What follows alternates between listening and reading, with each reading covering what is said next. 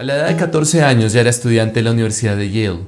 Fue un joven con profundas sensibilidades espirituales. A los 17 años, después de un periodo de angustia, dijo que la santidad le fue revelada como una belleza divina y deslumbrante. Una combinación muy especial entre un alto intelecto y una gran piedad caracterizó toda su vida. Bienvenidos a este resumen de la vida de Jonathan Edwards.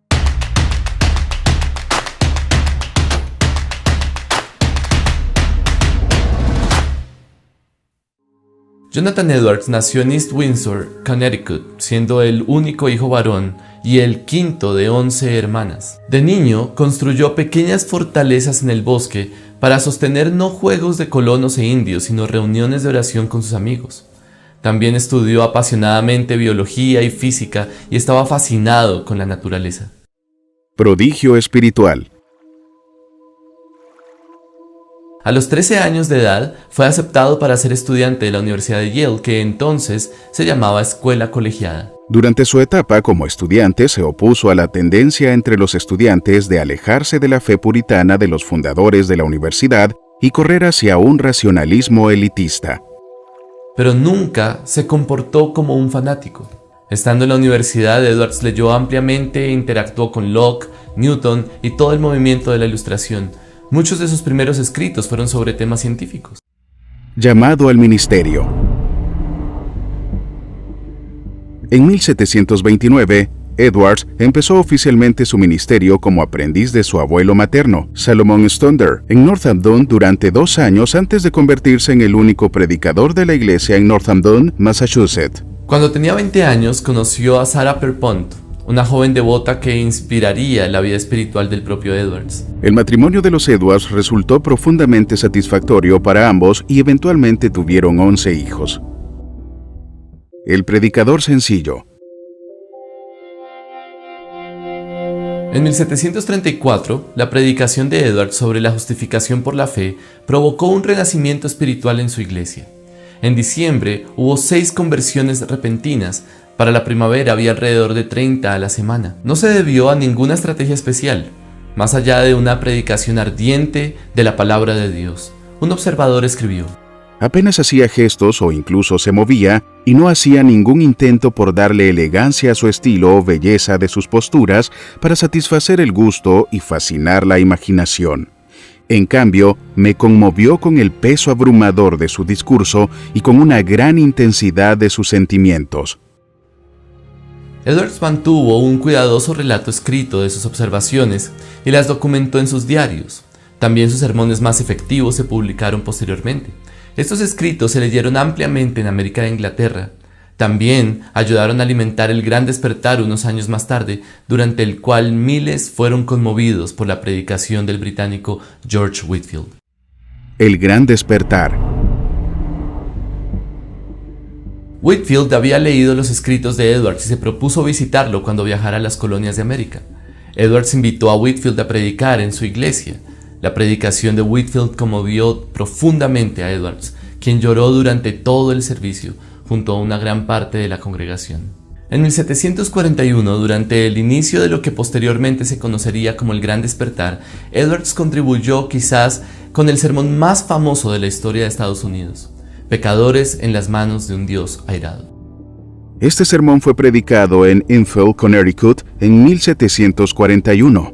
Aunque este sermón ha sido ampliamente reimpreso como un ejemplo de fuego y azufre, esto no está en consonancia con el estilo de predicación real de Edwards.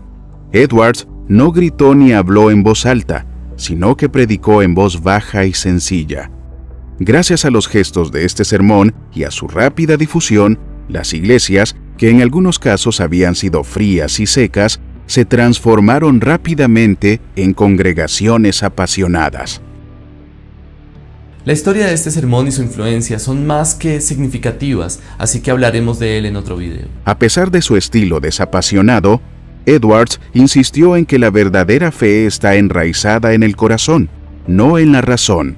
Defendió las experiencias emocionales del Gran Despertar, especialmente en el Tratado sobre Afectos Religiosos que publicó en 1746, una obra maestra del discernimiento psicológico y espiritual, y en algunos pensamientos sobre el resurgimiento actual de la religión en Nueva Inglaterra, en la que incluyó un relato del despertar espiritual de su esposa.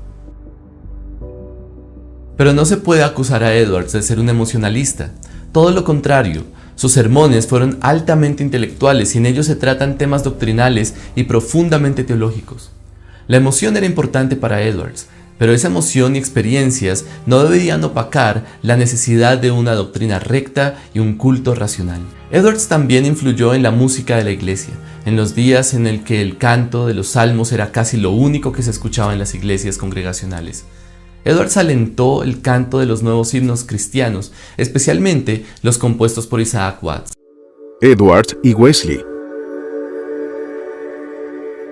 John Wesley nació 3 meses antes que Edwards y vivieron retos similares y compartieron las mismas pasiones. Los dos nunca se conocieron personalmente, pero trabajaron por su Señor en 2 continentes, ayudando juntos a dar nacimiento al movimiento evangélico posterior.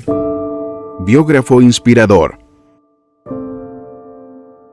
Entre sus muchos escritos, Edwards puede ser más conocido fuera de los círculos intelectuales por su edición del diario de David Brainerd. El libro registra la labor heroica de este joven misionero entre los indígenas y que murió de tuberculosis a la edad de 29 años en los brazos de su prometida, una hija de Edwards llamada Jerusha. Este libro impulsó el movimiento de las primeras misiones estadounidenses e inspiró a miles de hombres y mujeres de todo el mundo al trabajo misionero, incluidos William Carey, Henry Martyn, Adoniram Judson y Jim Elliot. Newton y la Biblia. Edwards consideraba que la conversión personal era crítica, por lo que insistió en que solo las personas que habían hecho una profesión de fe y que daban prueba de una experiencia real de conversión podían participar de la Cena del Señor. Esta posición estaba en contra de lo que su abuelo había practicado en la iglesia y desalentó a su congregación, que lo despidió en 1750. Durante los siguientes años, Edwards fue un pastor misionero entre los nativos americanos en Stourbridge, Massachusetts, y escribió varios tratados teológicos. En ellos argumentó que somos libres de hacer lo que queramos, pero nunca querremos hacer la voluntad de Dios sin una visión de su naturaleza divina impartida por su Espíritu. Fascinado por la física de Newton e ilustrado por las Escrituras, Edwards creía que la providencia de Dios era literalmente la fuerza vinculante de los átomos, que el universo colapsaría y desaparecería a menos que Dios mantuviera su existencia. Durante toda su vida, Edwards mantuvo su hábito de levantarse a las 4 de la mañana y de estudiar 13 horas al día. El mayor teólogo de América. El Colegio de Nueva Jersey, más tarde Princeton, lo nombró presidente en 1758, pero poco después de su llegada, Edwards murió a causa de una nueva vacuna en contra de la viruela. Edwards tenía 55 años, pero no dejó un legado pequeño. Edwards es considerado por muchos como el mejor teólogo de la historia de los Estados Unidos. En muchos sentidos, Edwards fue muy original, innovador y moderno. Sin embargo, nunca dejó de ser puritano. Su interés en los asuntos importantes de la teología y a la vez en los matices más sensibles de la experiencia cristiana nunca fue meramente superficial ni abstracta. Edwards estudió y comunicó su teología con una sencillez y sensibilidad espiritual única. Mientras muchos científicos europeos y clérigos estadounidenses descubrieron en las implicaciones de la ciencia un impulso que los llevaba hacia el deísmo, Edwards fue por el otro lado y vio el mundo natural como evidencia del diseño maestro del Dios de la Biblia, y durante toda su vida a menudo visitaba el bosque como un lugar favorito para orar y adorar en la belleza y el consuelo de la naturaleza. Edwards fue un hijo de los puritanos, hermano de los pensadores de la Ilustración, y a través de su trabajo le otorgó las riquezas del puritanismo al mundo moderno influenciado por los ilustrados. ¿Y tú qué piensas? ¿Qué le hace falta a la iglesia para tener teólogos de la talla de Jonathan Edwards en Latinoamérica?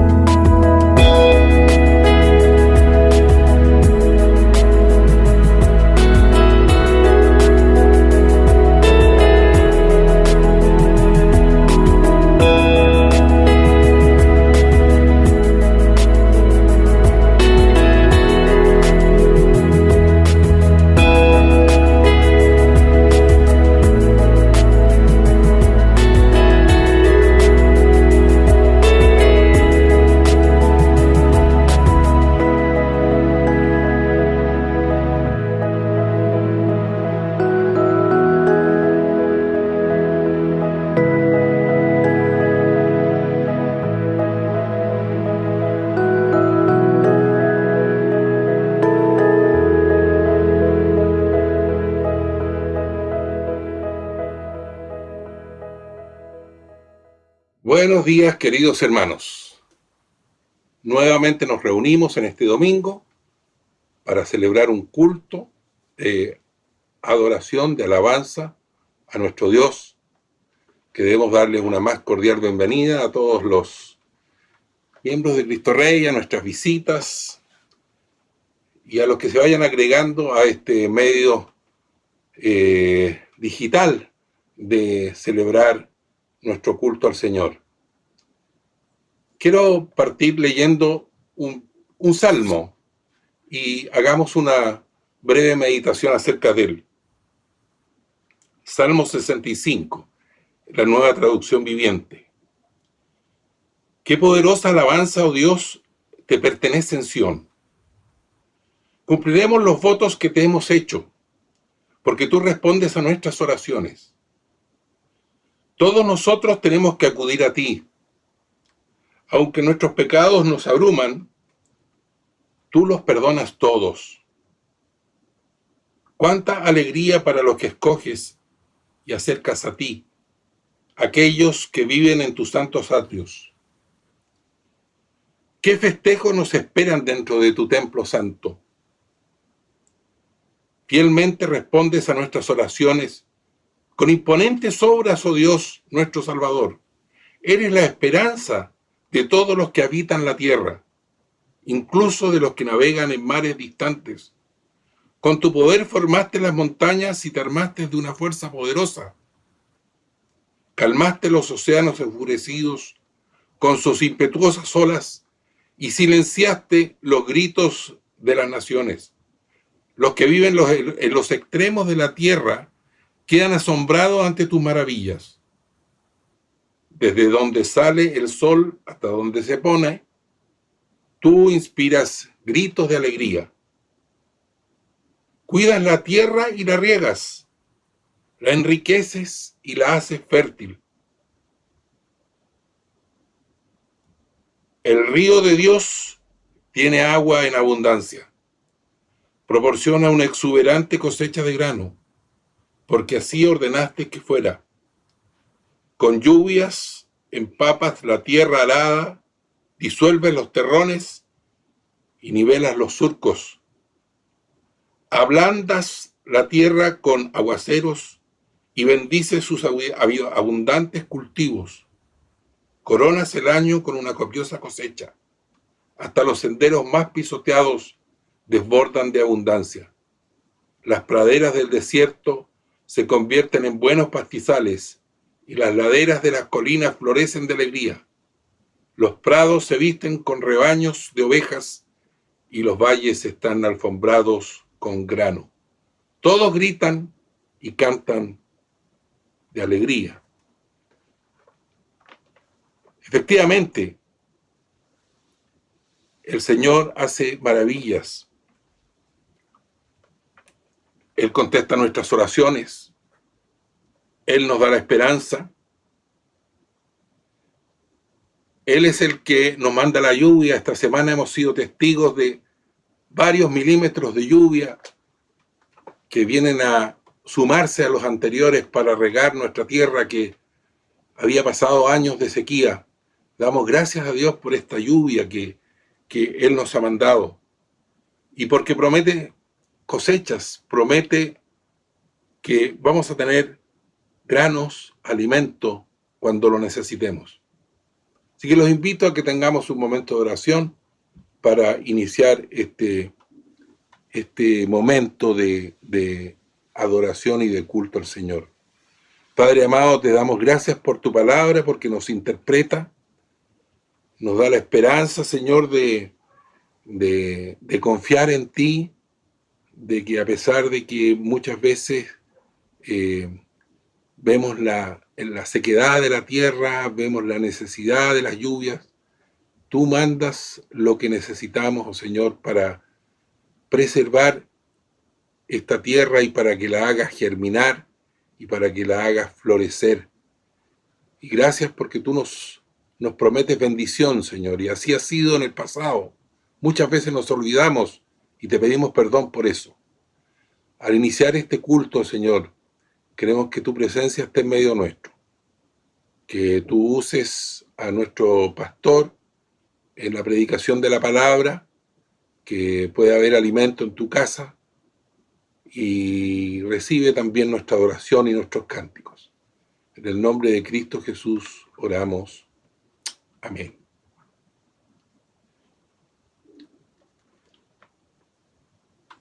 En este espíritu de gratitud y de reconocimiento al Señor por lo que Él nos da, por la esperanza que tenemos en Él, los invito a que juntos nos unamos en un cántico dirigido por nuestros músicos y alabemos al Señor.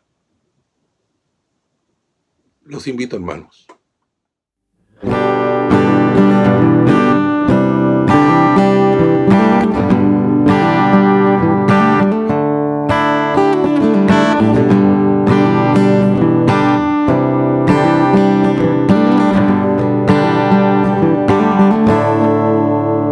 Al que es digno de recibir la gloria, al que es digno de recibir el honor, al que es digno de recibir la gloria, al que es digno de recibir el honor.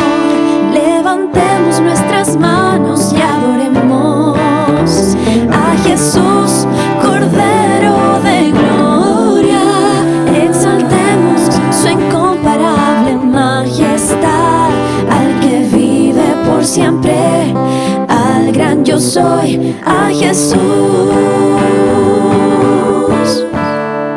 al que es digno de recibir la gloria, al que es digno de recibir el honor, al que es digno de recibir la gloria, al que es digno de recibir el honor. Levantemos nuestras manos y adoremos a Jesús, Cordero de gloria. Exaltemos su incomparable majestad, al que vive por siempre, al gran yo soy, a Jesús. Levantemos nuestras manos y adoremos a Jesús, Cordero de gloria. Exaltemos su incomparable majestad, al que vive por siempre, al gran yo soy, al que vive por siempre, al gran yo soy, al que vive por siempre, al gran yo soy, a Jesús.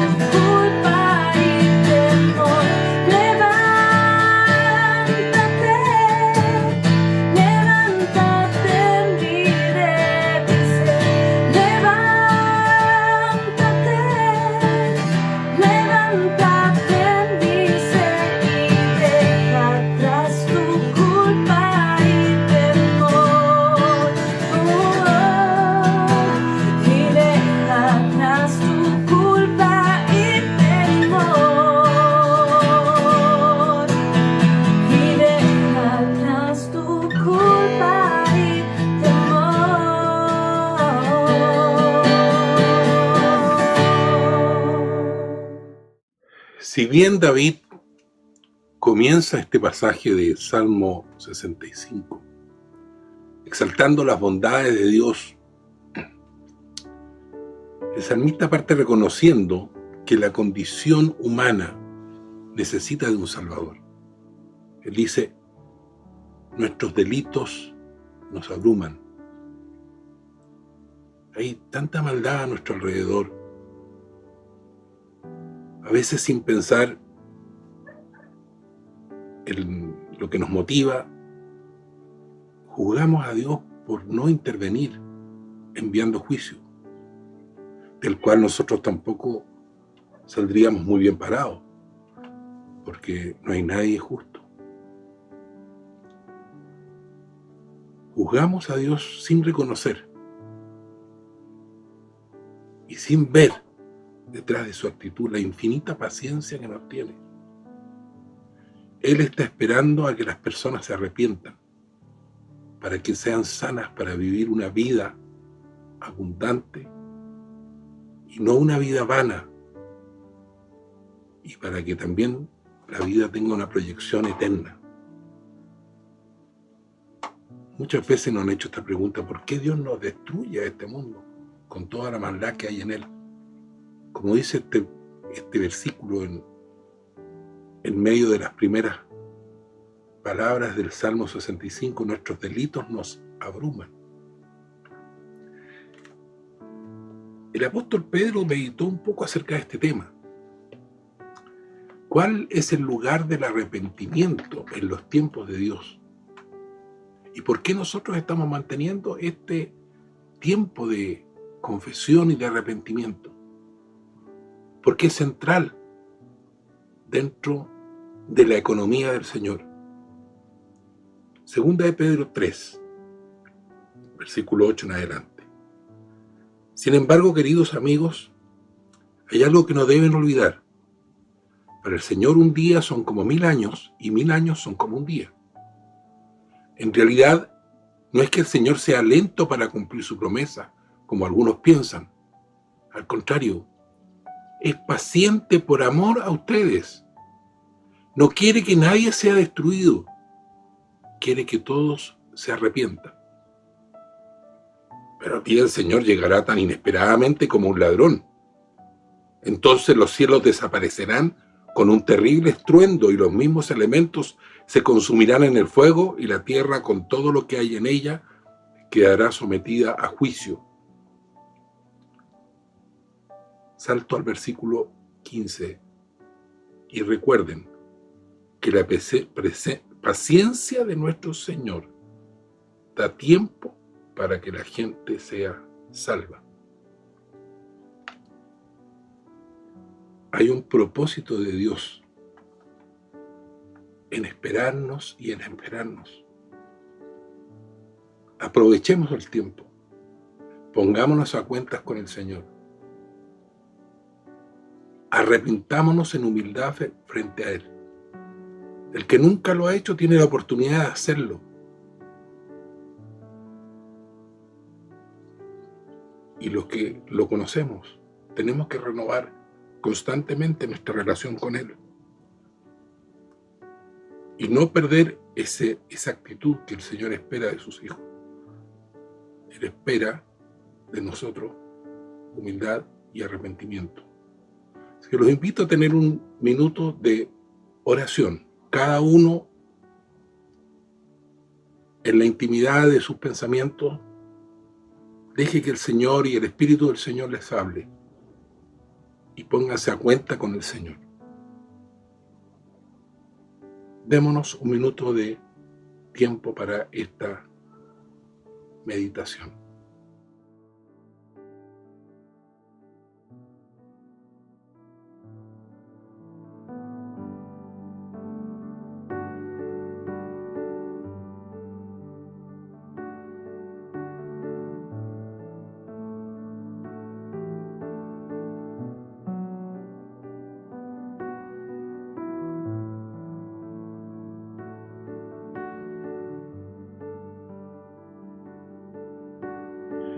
Nuestros delitos nos abruman, pero tú los perdonaste.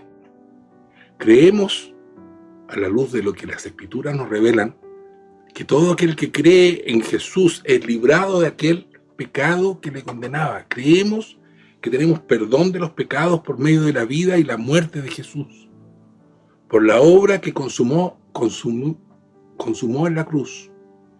Creemos que si hemos creído en Él, la condenación ya no está sobre nosotros, sino que ahora somos dichosos, bienaventurados, pues hemos sido traídos de la muerte a la vida eterna.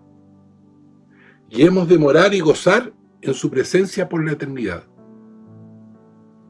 Queridos hermanos, quiero recordarles la preciosa esperanza que tenemos en el Hijo de Dios, aquel que cargó con el pecado y el peso de nuestra maldad, para que por medio de la fe en Él seamos hechos justos delante de Dios.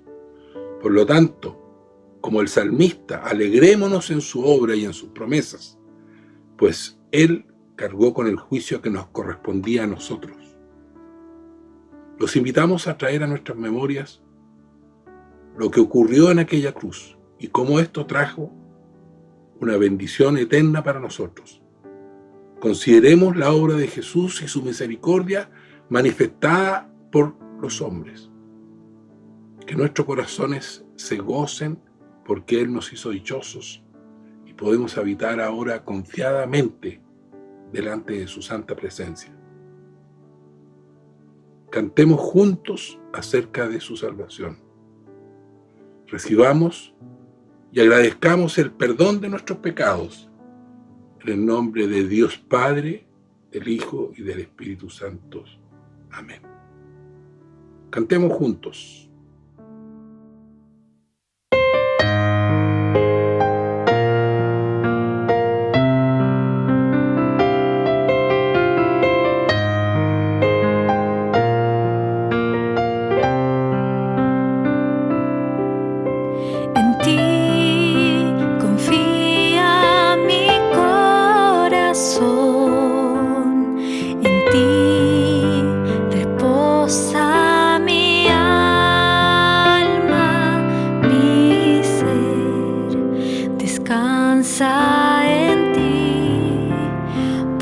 Ser feliz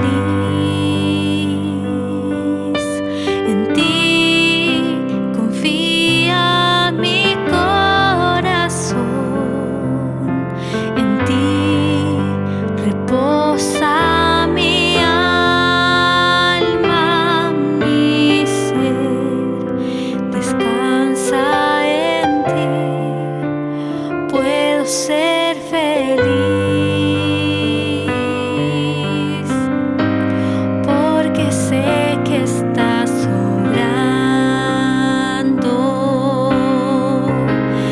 Tu perfecta voluntad.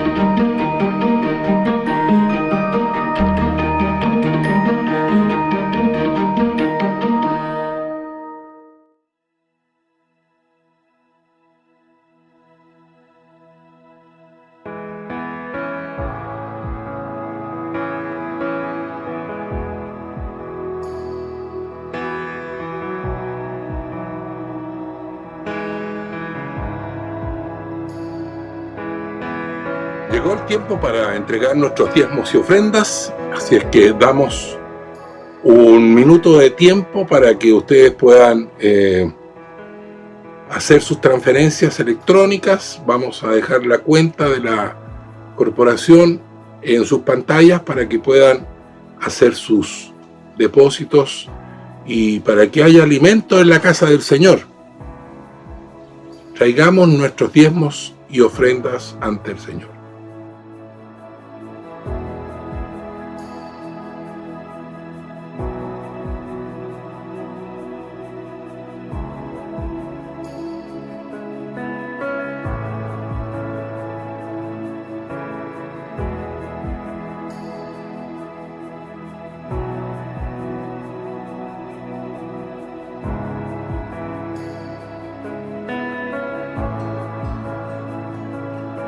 Señor, te damos gracias por estas ofrendas que hemos entregado a ti, por los diezmos que hemos traído de lo que tú mismo nos has dado. Te queremos pedir, oh Señor, que tú lo bendigas y lo multipliques, que haya lo suficiente para seguir adelante manteniendo tu casa, Señor, y para que tú puedas bendecir cada uno de nuestros hogares y nuestras familias también. Haznos buenos administradores de estos recursos. Te pedimos por los que no tienen, por los que están pasando por necesidad también. Permítenos poder ayudarlos, Señor. Nos acordamos de nuestros hermanos en Puente Alto. Bendíceles también con toda bendición espiritual. En el nombre de Cristo Jesús oramos. Amén.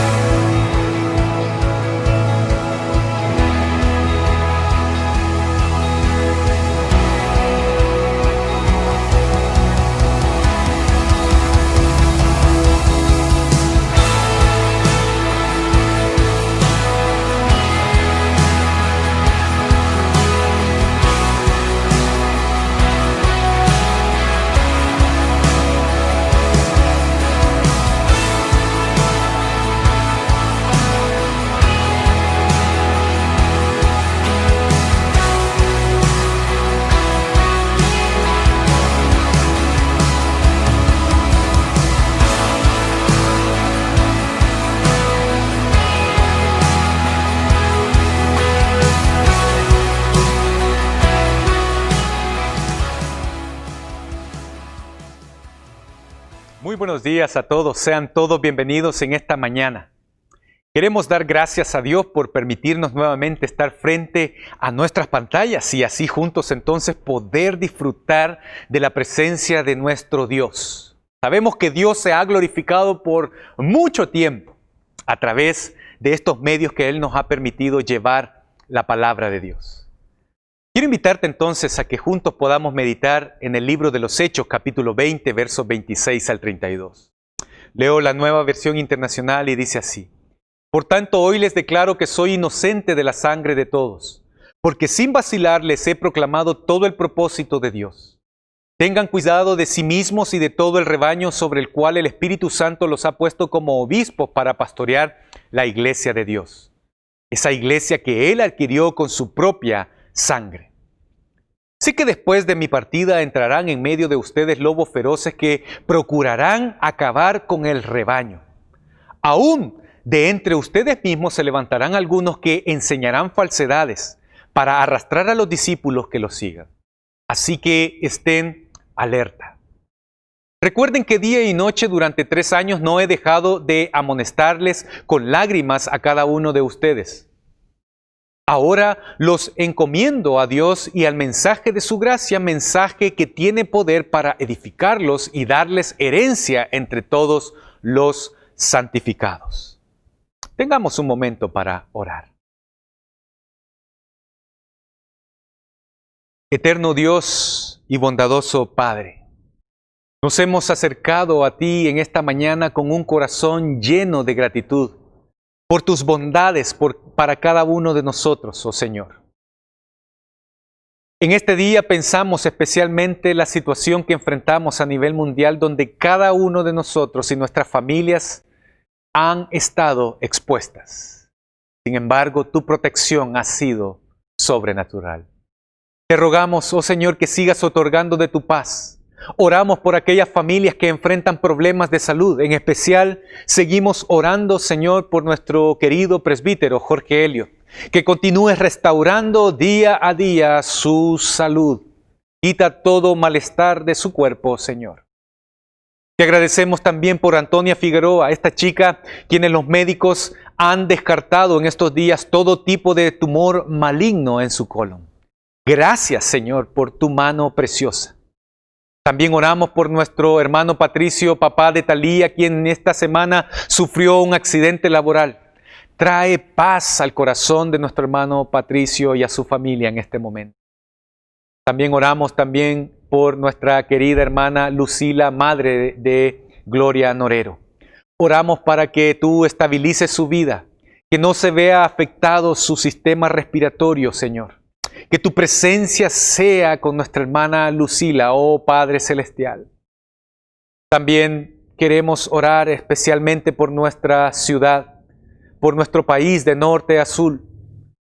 Que tú sigas, Señor, estableciendo, Señor, tu paz. Que traigas orden a la mente de cada individuo, oh Señor. No permitas que las familias sufran a causa de la maldad de los hombres. Trae verdaderamente tu paz en medio de nosotros, oh Señor. Queremos agradecerte también, Señor, por la oportunidad que nos das de adorarte, Señor. Mi oración en esta mañana es que durante este tiempo nos ayudes a dejar a un lado, Señor, las preocupaciones de la vida diaria. Que esta mañana podamos estar plenamente presentes en nuestra mente y en nuestro corazón. Te pido, oh Señor, que podamos estar quietos y reconocer, Señor, que tú eres el Señor y dueño de todas las cosas. Te pido en especial, oh Señor, también para que tú respaldes mi vida. En esta mañana que yo predique la palabra con poder. Sabemos que este poder y autoridad no están en mí, sino en tu palabra, Señor.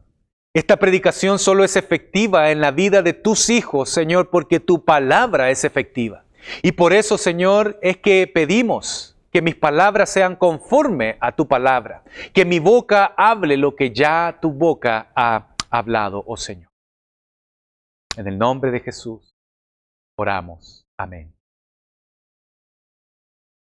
El apóstol Pablo está de camino a Jerusalén y a pesar de su deseo natural de pasar por Éfeso una vez más, Pablo había decidido que esto era imposible si quería estar seguro de llegar a Jerusalén a tiempo para Pentecostés. Por lo tanto, eligió un barco que lo pondría rumbo directo de Quío a Samo. Pero el pasaje nos dice que el barco en el que viajaba pasaría varios días en el puerto de Mileto. Así que mientras el barco se detuvo en Mileto, Pablo llama a los ancianos de Éfeso. Esta era su última oportunidad. Esta era la oportunidad que Pablo tenía de verles, de hablar con ellos cara a cara. Y es así como entonces puedo observar que este discurso Pablo lo utiliza como una especie de despedida con la iglesia de Éfeso. Las palabras de nuestro pasaje en esta mañana son palabras muy sobrias y serias al mismo tiempo. Nos podemos dar cuenta cómo Pablo les hace una exhortación a permanecer fieles y a estar atentos a las desviaciones, animándoles a confiar en Dios y a aferrarse a su palabra. Es entonces, queridos hermanos, que de este pasaje quiero compartirles con ustedes lo que he titulado como dejados en buenas manos, encomendados a Dios y a la palabra de su gracia.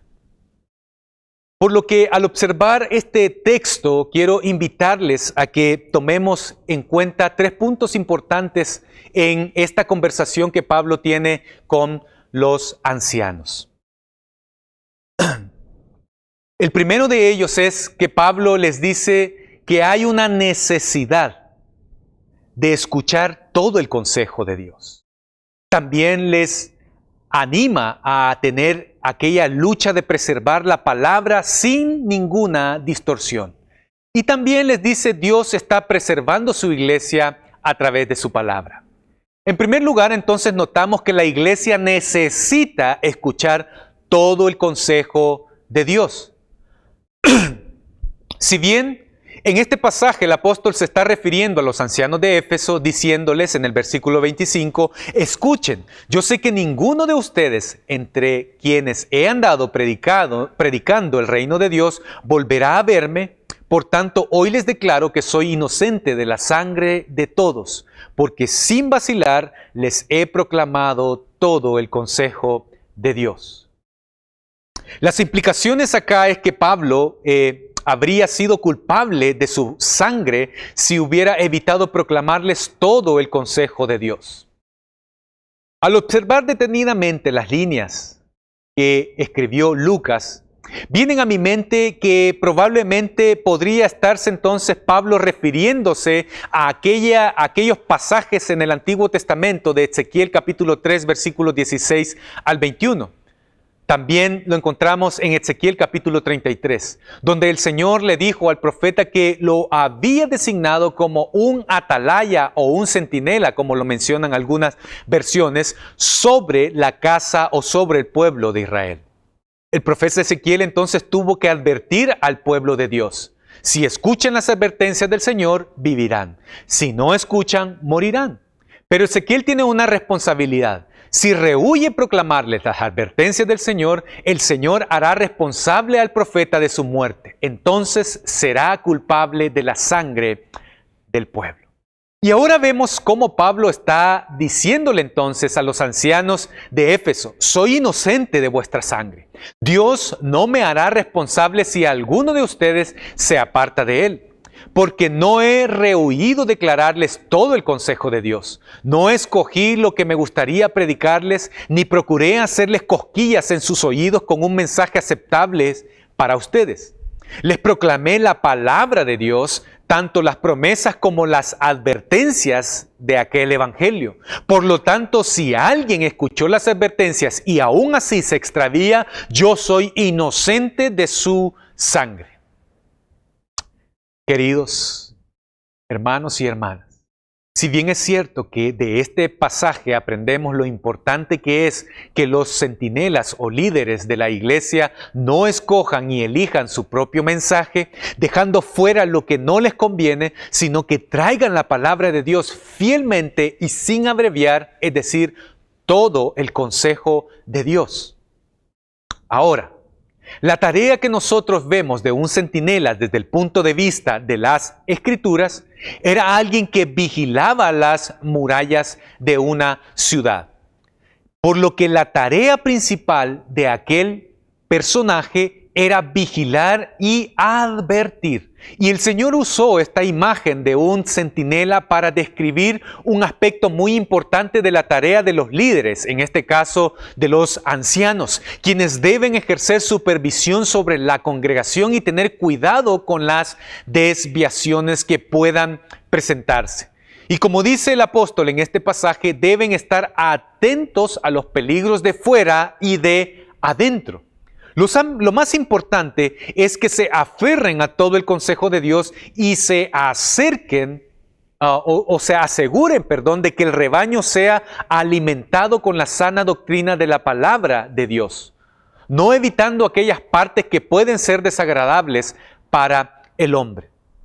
Así como hemos visto que en el Antiguo Testamento Pablo probablemente está haciendo advertencia a esto, en el Nuevo Testamento entonces Pablo escribe a Timoteo en su segunda carta, capítulo 4, versículo 2, predica la palabra. Sea o no sea oportuno, corrige, reprende y anima con mucha paciencia sin dejar de enseñar. Porque llegará el tiempo en que no van a tolerar la sana doctrina, sino que llevados de sus propios deseos, se rodearán de maestros que les digan las novelerías que quieren oír. Dejarán de escuchar la verdad y se volverán a los mitos.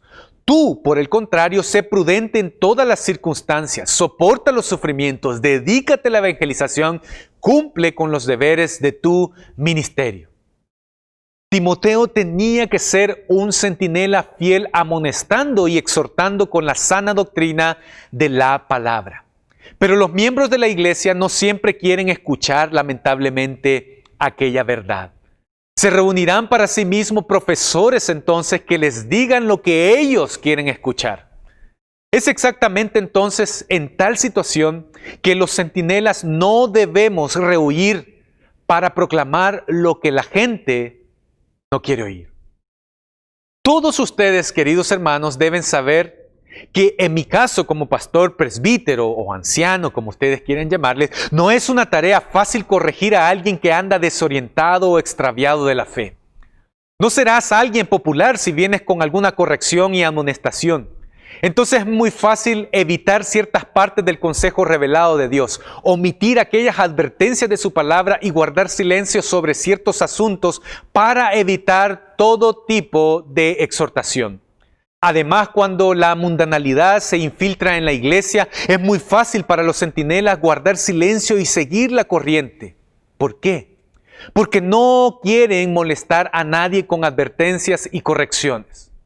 El apóstol dice, soy inocente de la sangre de todos, porque no rehuí darles todo el consejo de Dios. No elegí mi propio mensaje, sino que proclamé fielmente la palabra de Dios sin distorsiones y sin acortar nada. Y ahora, el apóstol entonces aplica esto a los ancianos de la iglesia. Pablo les dice, no he rehuido anunciarles todo el consejo de Dios, por tanto miren por ustedes mismos y por todo el rebaño, entre los cuales el Espíritu Santo los ha puesto por supervisores para pastorear la iglesia de Dios que compró con su propia sangre. Ahora que el apóstol, en su despedida con aquellos que son considerados sus amigos, les da la responsabilidad de cuidar del rebaño y de asegurarse de que la iglesia se aferre a todo el consejo de Dios sin desviarse. Les anima entonces a que puedan darse cuenta de algo muy importante. Pablo les dice, ustedes han sido designados por el Espíritu Santo para esta tarea. Ustedes no han sido nombrados por hombres. Y su responsabilidad no está ante los hombres, sino que han sido nombrados por Dios y su responsabilidad es ante Dios en la ejecución de su llamado. Querida iglesia, es necesario que escuches esto. Queridos ancianos, es necesario que escuches nuevamente estas palabras. Porque has sido nombrado por Cristo a través del Espíritu Santo, quien se manifestó por medio del llamado de tu congregación. Cristo mismo es nuestro Maestro, quien nos llamó a esta tarea, por lo que nos hace directamente responsables ante Él. Cristo es la única cabeza de la iglesia y en la iglesia solo se debe obedecer su palabra. Y al desempeñar entonces nuestros diversos oficios y funciones, no debemos preguntarnos ¿qué quiere la gente?, sino ¿qué nos manda a hacer Cristo, nuestro único Señor y Maestro? Solo entonces Cristo pastorea su rebaño. Cuando los poseedores del oficio administran fielmente la palabra pura y sin distorsiones de Cristo, es decir, todo el consejo de Dios, ¿cuál es entonces exactamente la razón del por qué Pablo dice todo esto? ¿Por qué deben estar en guardia y cuidar de sí mismos y de todo el rebaño? El apóstol entonces inmediatamente él les da la razón. Versículo 29 les dice, porque yo sé esto, que después de mi partida entrarán lobos feroces entre ustedes que no perdonarán al rebaño. Es así entonces que por eso los exhorta a estar en guardia y a cuidarse a sí mismos.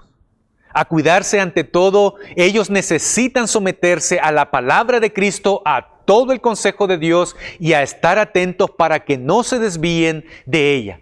Y luego también entonces deben estar en guardia por el bien de toda la congregación que está bajo el cuidado de ellos. Especialmente ahora que Pablo estará ausente y ahora entonces aquí quiero invitarles a pasar en segundo lugar a lo que Pablo les dice en esta ausencia. Ustedes deben permanecer luchando por preservar la palabra sin distorsiones. Versículo 20 dice, porque yo sé que después de mi partida entrarán entre vosotros lobos feroces que no perdonarán al rebaño.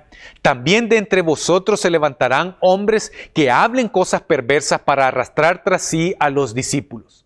Por tanto, velad y recordad que durante 3 años no dejé de advertir a todos con lágrimas día y noche. Encontramos acá algo que no es una advertencia en particular para aquella iglesia en Éfeso. Nos encontramos frente a una advertencia para la iglesia en todas las épocas. Pedro dio exactamente la misma advertencia a las iglesias en su segunda carta, capítulo 2, verso 1. Él dice, pero también hubo falsos profetas entre el pueblo, así como habrá falsos maestros entre ustedes que secretamente introducirán herejías destructivas, al extremo de negar al mismo Señor que los rescató. Esto les traerá una pronta destrucción. Esta advertencia concuerda con las palabras de nuestro Señor Jesucristo allá en Mateo capítulo 7, verso 15, donde dijo, cuidado con los falsos profetas que vienen a ti con piel de oveja, pero por dentro son lobos rapaces. Exteriormente estos hombres parecen ser personas muy amables, agradables, saben halagar y agradar a los hombres, ganan popularidad rápidamente y atraen a la gente detrás de ellos. Y como dice el apóstol Pedro, secretamente traen herejías destructivas. O como bien dijo Judas en sus líneas, entran sigilosamente sin ser notados. Queridos hermanos, ¿sabían que la desviación a la fe es lenta y gradual? Solo un poco aquí y un poco allá, de todo un poquito, poco a poco va desapareciendo. Es entonces así como Pablo está exhortando especialmente a los ancianos, quienes Dios ha puesto como atalayas para que estén en guardia. Los ancianos tienen la tarea de defender al rebaño contra esos falsos maestros y sus enseñanzas destructivas. Los ancianos hacen esto cuando supervisan la predicación, también hacen esto cuando se supervisan unos a otros y a toda la congregación, vigilando que no entre en la iglesia ninguna enseñanza distorsionada. Ahora el apóstol dice que sabe que vendrán lobos. ¿Deberíamos esperar que esto suceda? Tal como ha sucedido a lo largo de toda la historia de la iglesia. La iglesia del Señor a veces disfruta de un tiempo de paz y de descanso. Y es entonces en esos días soleados donde las ovejas entonces están pastando pacíficamente, alimentándose de la sana doctrina, de la palabra de Dios, ¿cierto? Es en esos días tan soleados donde los lobos parecen meterse en sus agujeros, pero cuando el cielo se oscurece con nubes o cuando cae la noche, entonces los lobos se vuelven activos. Un pastor tan experimentado como el apóstol Pablo podía saber cuándo entonces había este cambio climático. Puede ver claramente que ha llegado el momento de que los lobos salvajes saldrán de sus agujeros. Primero que nada porque los va a dejar y no los volverá a ver seguramente. La ausencia de Pablo les dará a los lobos la oportunidad de actuar sin temor, sin tener aquella mirada de defensa. Querida congregación, el peligro es real también hoy en día en nuestro tiempo.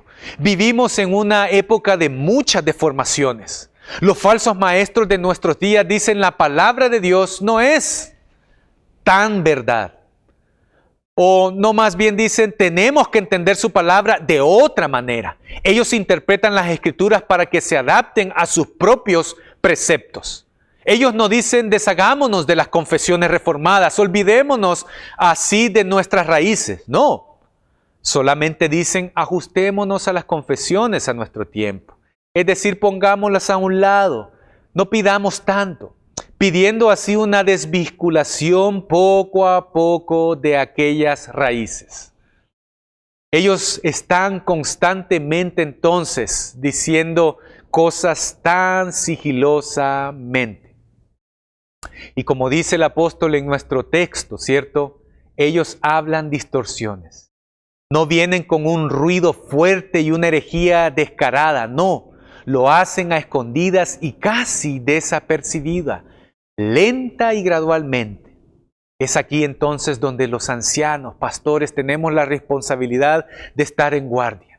Ahora bien, podríamos preguntarnos por qué Pablo pone tanto énfasis en el peligro de los falsos maestros y sus doctrinas distorsionadas.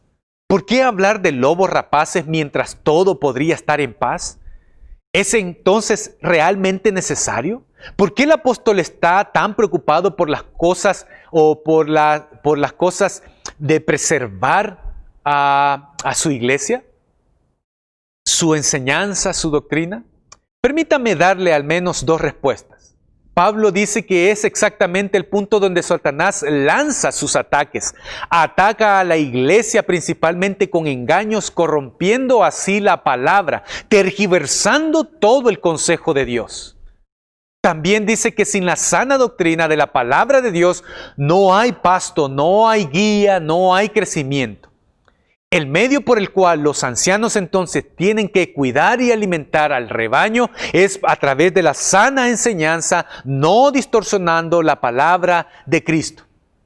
Y con esto entonces quiero invitarles a que observemos qué es lo que Pablo dice en el tercer punto. Dios preservará a su iglesia por medio de su palabra. El versículo 32 dice que ahora, hermanos, los encomiendo a Dios y a la palabra de su gracia que puede edificarles y darles herencia en todos los santificados. ¿Quién podrá resistir en medio de tantos peligros y tentaciones? Conociendo la debilidad del hombre, sabiendo cuán desesperado sería si la iglesia tuviera que mantenerse firme solamente por su propio poder. El apóstol ahora nos dirige hacia Dios y su poder.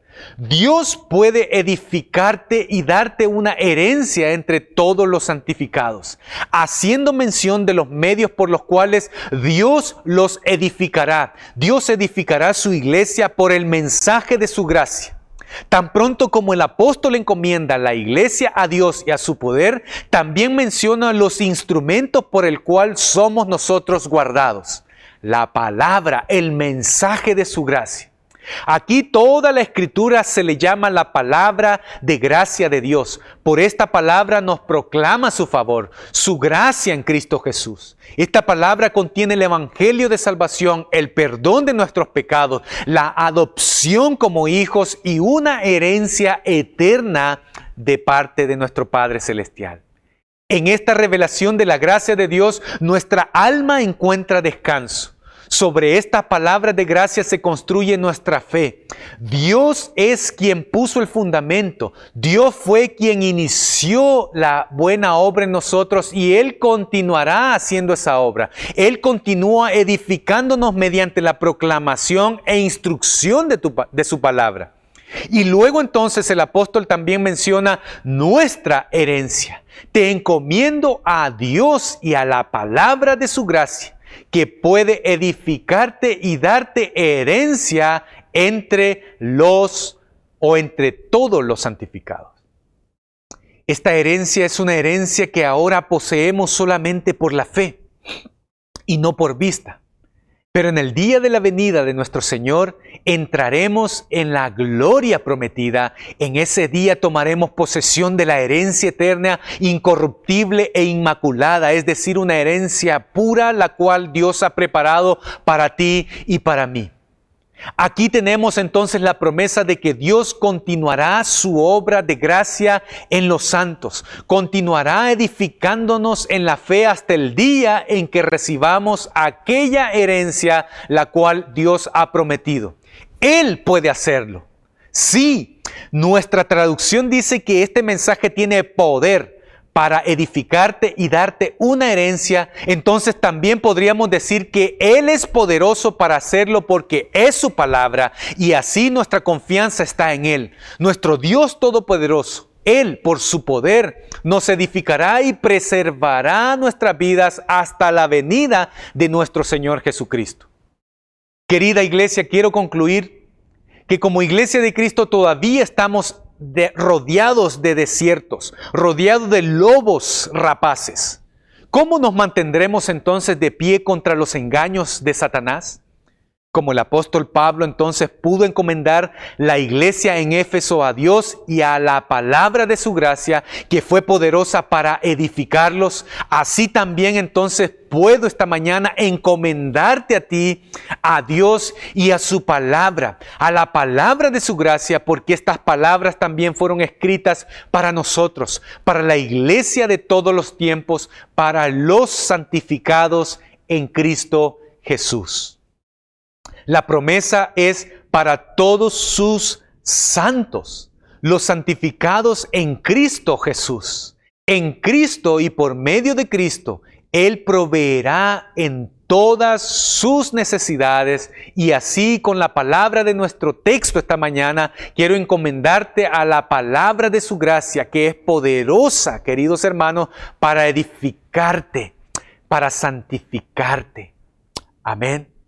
Quiero invitarte entonces a que oremos. Padre, te agradecemos por tu palabra que nos anima, quien ha puesto el fundamento. Tú eres quien ha puesto el fundamento en nuestras vidas, oh Señor, y quien va a seguir, Señor, trabajando en nosotros. Te pedimos que continúes edificando a tu iglesia, en particular nuestra comunidad. Pero mi petición, Señor, la hago aún más extensiva. Edifica tu iglesia a lo largo y ancho de este mundo, oh Señor. Te rogamos, oh Padre, que sigas trabajando en la vida de tu iglesia, oh Señor. Te rogamos, oh Padre, que continúes, Señor, trabajando en los corazones de tu iglesia, oh Padre Celestial. Te agradecemos por tu palabra esta mañana, quien nos anima, oh Señor, a estar atentos a toda desviación. Gracias porque tú eres quien preserva a través de tu palabra a tu iglesia, oh Señor. Gracias te damos por tu palabra. En el nombre de Jesús. Amén y amén. El Señor les bendiga, queridos hermanos.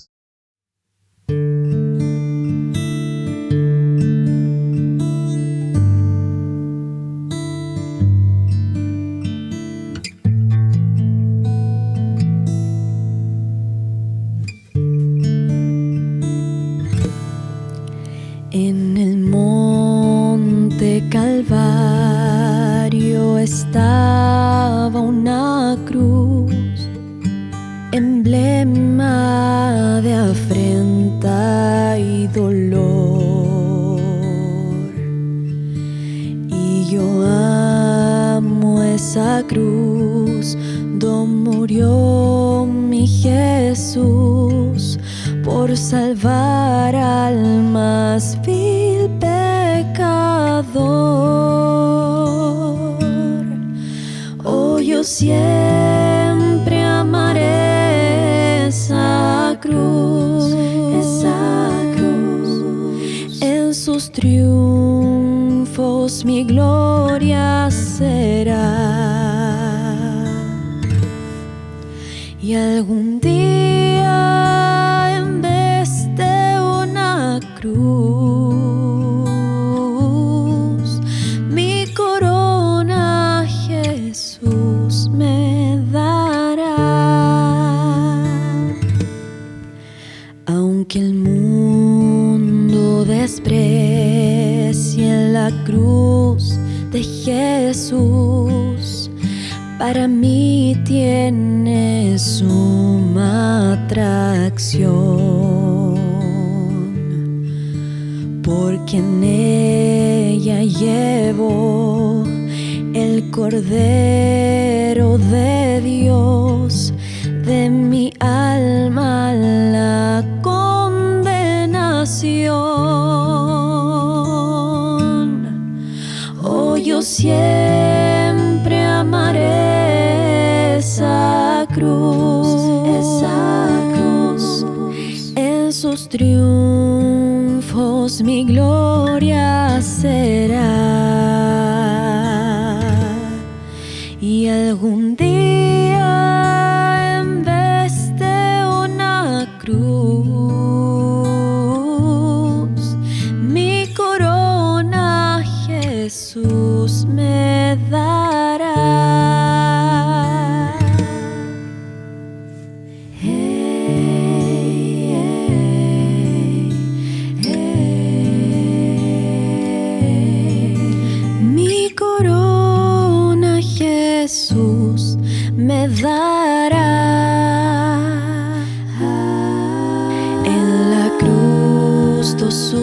sangre Jesús derramó, hermosura contemplo sin par,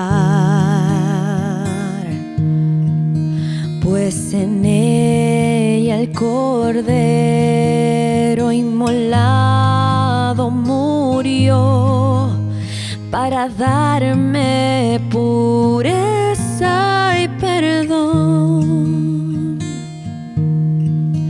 Oh, yo siempre amaré esa cruz,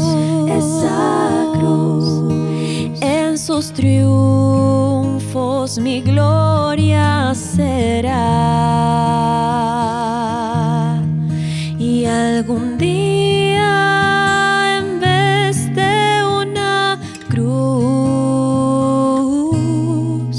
mi corona Jesús me dará. Yo seré siempre fiel a la cruz de Jesús, sus desprecios con él llevaré,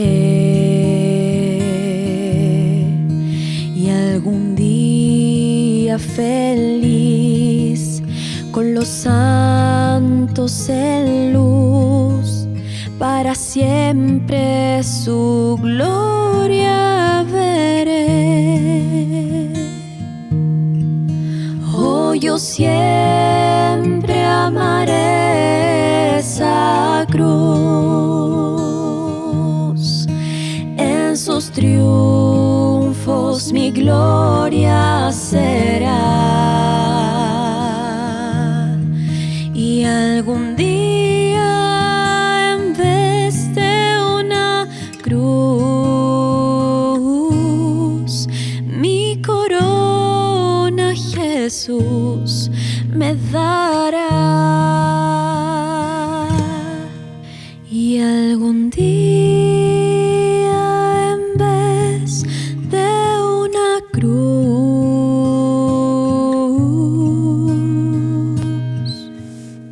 mi corona Jesús me dará.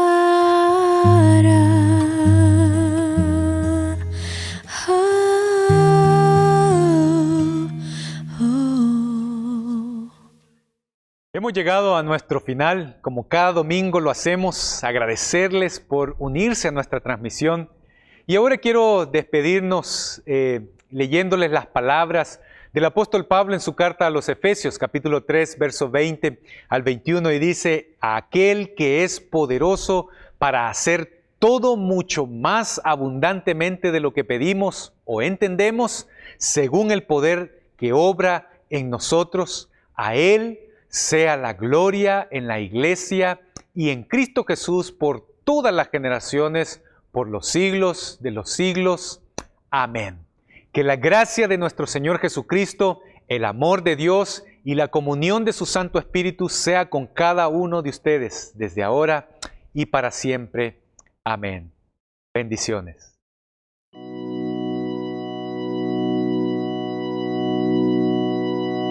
Santo, santo, santo, Señor omnipotente, siempre el labio mío dolores te dará.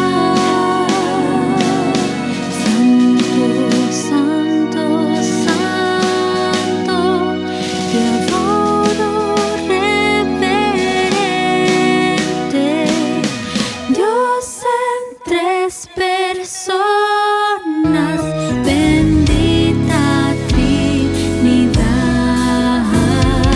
Santo, santo, santo, el numeroso coro de tus escogidos te adoran sin cesar. De alegría llenos y